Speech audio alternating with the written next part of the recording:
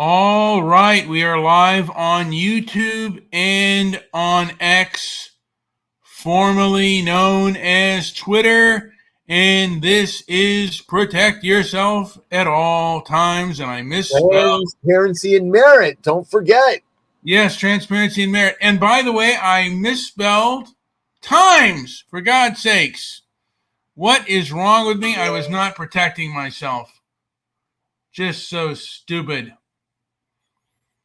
But yes, it is important to protect yourself at all times and be aware of your surroundings that you are in, because danger could be just around the corner, and you need to have your spidey senses on, listen and be aware. And I fixed it. Go ahead, Joey. I fixed it. We're all protected. Oh my God, you're a genius. Yes, you did protect me. Thank you, Joey, for protecting me. And I just want to say that it is intelligent to protect yourself. And with the human beings can make you angry. And there are times when you want to attack, but that's not always the best thing to do. Sometimes it is better to flee or retreat than it is to stand your ground. You can always do things slowly and have a record of a person. And it's sometimes, even in a physical confrontation, sometimes it's better to hold back on the person and then come in with counter attack. I also think that it applies. I often say to protect yourself, to psychically protect yourself, meaning, protect your deeper emotional side. Protect yourself from emotional vampires and vampirism. Protect yourself from people who are there's a lot of things that can go on, especially, you may know this, working around other people, and when you're around other people who are indirect in how they feel about you, or maybe something you do at work, and so they maybe spread rumors or go behind your back.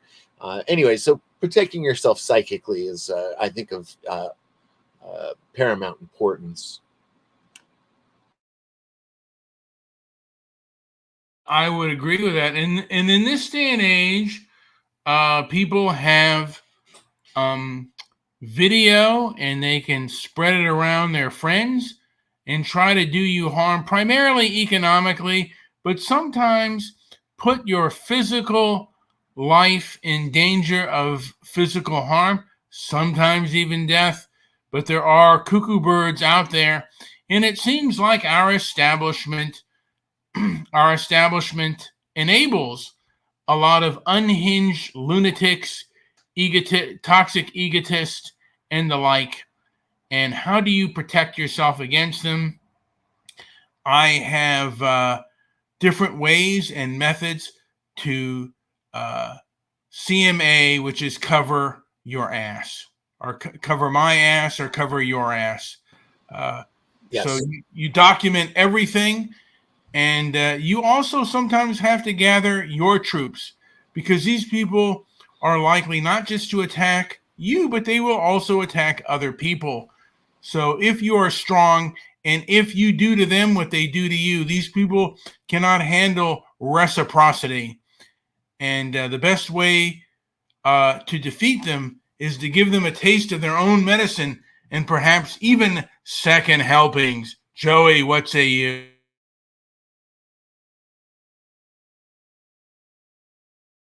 Joey, I guess Joey is perhaps indisposed. I'm sorry about that. Okay, so I wanted to ask if Joey, did you see the video, the John Ford movie, The Long Gray Line. That is a classic piece of No, American propaganda, which I is mean, one of I did do at one point, I was going through and doing propaganda research with a lot of the old directors, and just looking at their material, how it played out, and what their visions were of history, what they wanted to promote our history as, and came up with a lot of directors, John Ford being one of them, that had the playbook and was able to manipulate the truth and give a version that a lot of people sunk their teeth into. A lot of people, America, believed in a lot of what was being said in those movies. So much so that teachers would teach this stuff as if it was gospel and show these movies in classrooms. Well, I will say that the Long Gray Line is one of the best pieces of of American propaganda, and it does hit the heartstrings. I sent the movie to you on Discord, but it kind of shows like, and you have to be prepared for all forms of propaganda, and you cannot defeat left-wing propaganda with right-wing propaganda. You just have to defeat it with the truth, and that is the best way to go about it. Today we are filled with leftist propaganda. The leftists have won a large portion of the culture war.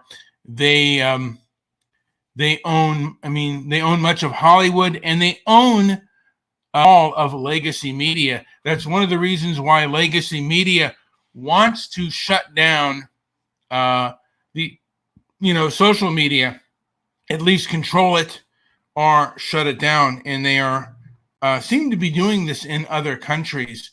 It's a very egocentric thing to do, and I think it's part of human nature not to want to be criticized and criticized legitimacy.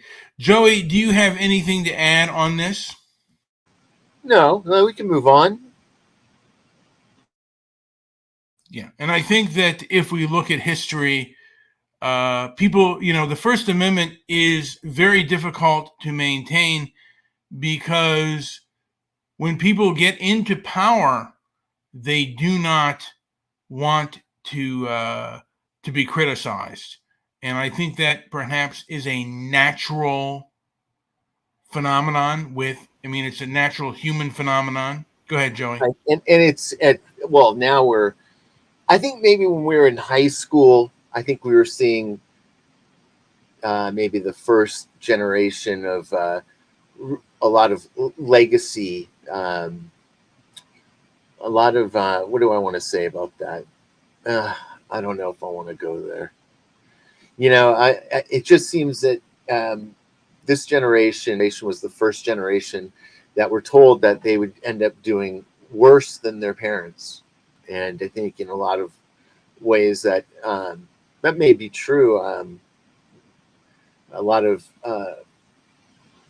dreams were throttled in 2008 for even buying a home. I don't think we've recovered from that, and of course, there's just nothing but uh, bad economic news. That's I think we're in our. I think we're right now we stand at about 12 out of the last 13 months have been negative, negative economic news. We haven't really had an up month in so long, or when we do, it's just so rare now. So maybe a product or a sign of the times. I don't know if that made any sense, but I'm going to go with that. I remember when I graduated high school, this was in the late 1980s, and this was just before the Gulf War and just before the first recession in 91, and it was the end of the Reagan administration, and it was just rosy pictures all the way.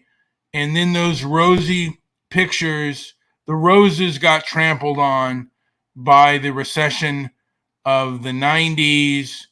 And then the mid 1990s was like a boom time for America. We saw um, technology really take off like it's never taken off before, and people were making money hand over fist. But I don't think, and then 2008, I don't think we've ever fully recovered from. And I think America is becoming more cynical all the way around. But I And think a lot of it, this is controllers who have maybe a big part of that is them. Now we have this like we're several generations into where these families have so much money, and so much power that they're not willing to let up. And in around, I don't know if you remember this, around late 90s, I want to say 95, 96, there was actually the first electric vehicle. I think it was a GM or a Chevy. I can't remember. It was an American make company that came out with that, and if even then it kind of felt like it was a very systematic, very controlled sort of release. I don't know anybody personally who had owned that particular model car. There were several versions of it up until about 1999 or 2000, and they had received a lot of government money, but everything about it, like from the charging to the 100-mile max. You can only go about 100 miles per charge, basically. It just seemed like the whole electronic EV world is so systematic and controlled. It's it's quite a thing. There's a lot of evidence that in the early 1900s there was already electric vehicles, at least prototypes, and so the technology was already there, but it's just been so systematically released and such a piecemeal and such a piecemeal way of unraveling and unfurling this technology that even now a lot of the EV cars, completely electric vehicles you can't really travel beyond 150 miles. I think that's kind of the thing without a charge, at least. So I don't know. It just seems like a whole separate sort of control mechanism. Anyways, that's probably a whole topic for another show. I kind of believe that much of Western, Western media is my biggest focus, and they seem to have their hands in everything. And Western establishment, those who control our establishment, a lot of them are egocentric midwits who do not want to be questioned. That's one of the reasons why I'm working, and I've heard that you're helping me on a dunce cap, because these people are so much, act so much smarter and more knowledgeable than everybody else. I just want to go out with a dunce cap and ask questions, because of course they'll say it's not my job to teach you; it's your job to learn. Well, I'll just point out that that sounds like one of the most egocentric cluster B kind of things to say to me. And do we really want to be controlled by assholes? Because that's who seems to be controlling things now, are complete and utter assholes. And Word.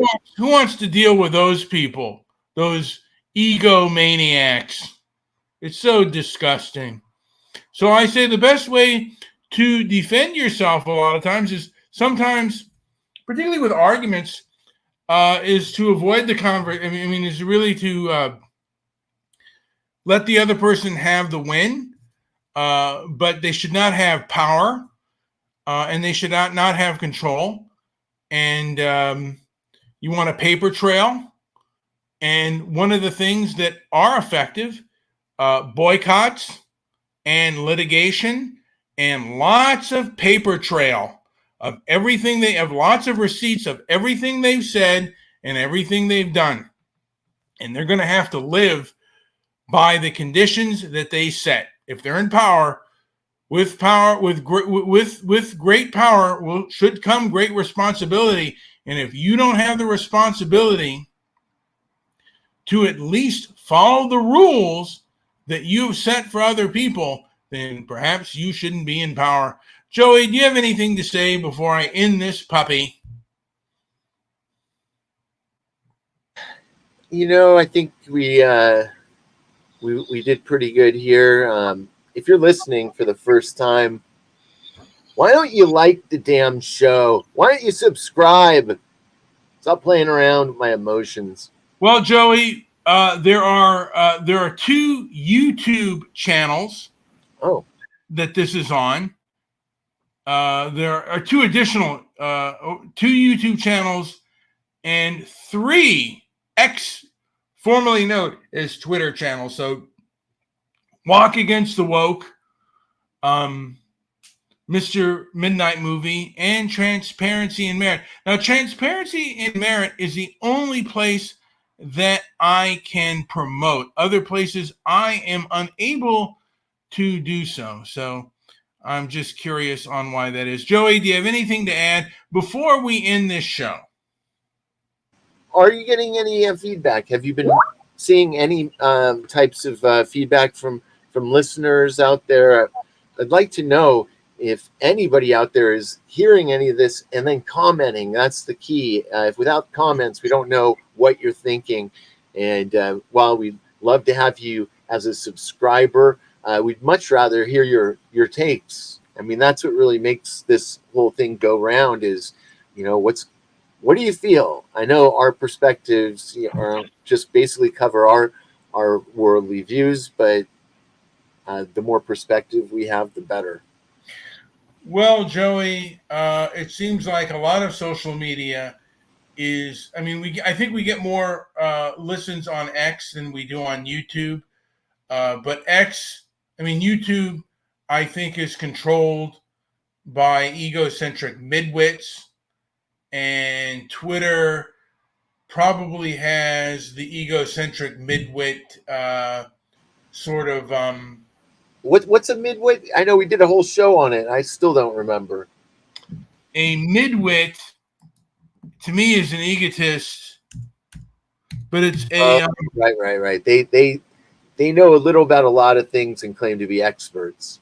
Yeah, a midwit is a derogatory term for someone who is not very smart but thinks they are, or who has shallow opinions and knowledge.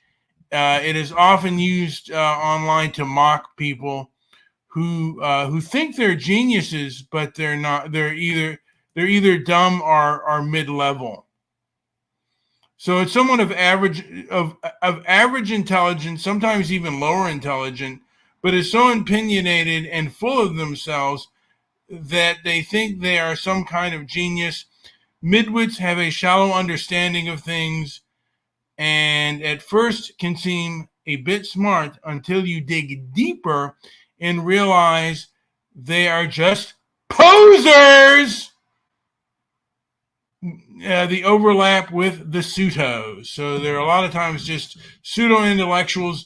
And I'm not going to say that sometimes I don't have some pseudo intellectual BS, but people take, and they take not only do they take the cake, Joey, they take the bakery. All right, guys, like, subscribe, and leave a comment down below on my Twitter page and on my X page. Thank you.